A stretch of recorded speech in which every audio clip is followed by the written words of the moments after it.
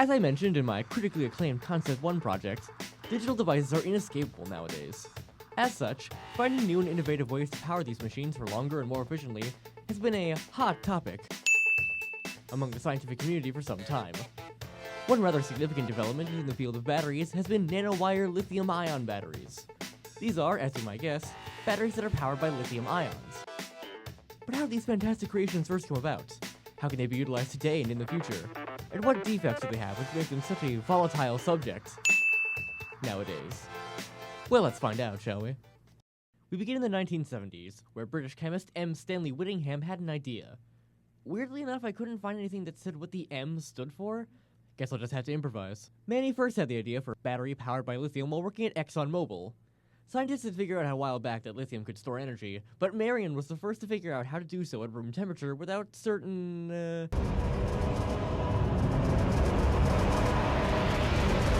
side effects. In 1980, one of Muriel's colleagues named John Goodenough, what the hell kind of name is that, expanded on his initial designs with some researchers at Sony. After developing a microporous self-shutdown polyethylene separator film, Excuse me, what?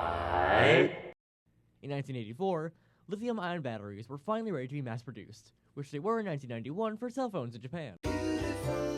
Oh, look at these things. Such a blast from the past. Workman would go on to receive several awards for his achievement from such illustrious organizations as NatBat, the National Alliance for Advanced Transportation Batteries. He continues working even today to improve the design of his creation. Man, he is on fire! Now that we know how they started, let's figure out what these suckers can do. For a long time, the best rechargeable batteries that humans had were lead-acid batteries used to power cars. They were big old clunky boxes that couldn't be used in smaller devices like remote controls, forcing us to rely on carbon-zinc batteries that, once they died, were just straight up dead and had to be replaced. The reason why lithium-ion batteries made such a splash when they first emerged is because they were not only rechargeable, but also because they could be used in devices smaller than cars. Not to mention the fact that they could hold 10 times more energy than most of their competitors. Nowadays, they're used in iPhones, laptops, tablets, electric vehicles, and the record-setting aircraft Solar Impulse 2. Modern power grids that rely on solar or wind energy use massive lithium-ion batteries as emergency backups.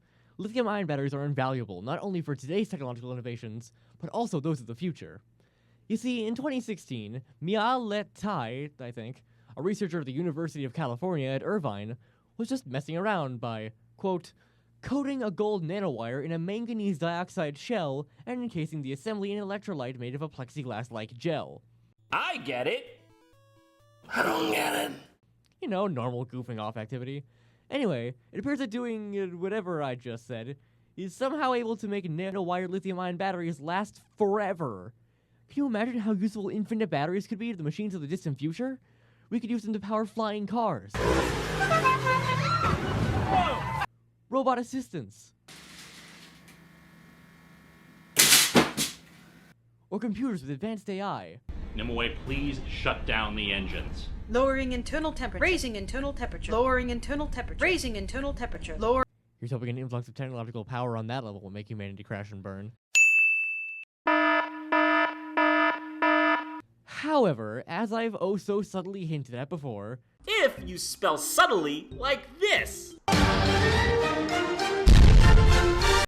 there's a slight problem with these seemingly perfect power sources. How do I put this gently? You see, under certain conditions, lithium-ion batteries have a slight tendency to... That's your daughter. You know she gets that from you.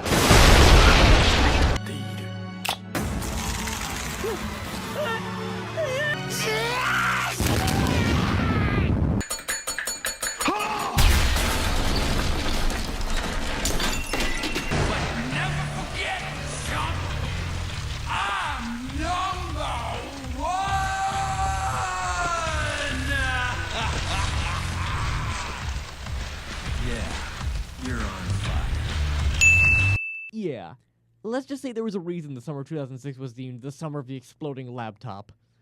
In light of these events, devices containing lithium-ion batteries have been banned from airplanes for many years. So, yeah, we've still got some kinks to work out, but hey, that's what Magnus is working on, so I'm sure we'll get that fixed up. In conclusion, despite the heated debate over their explosive properties, lithium-ion batteries just might be one of the most important developments in energy storage technology. As long as we get those aforementioned problems worked out, we could end up with an infinite power source. Who knows?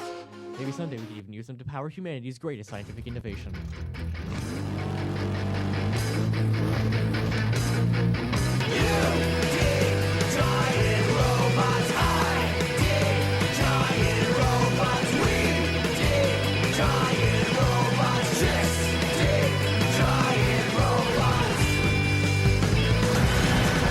Nice.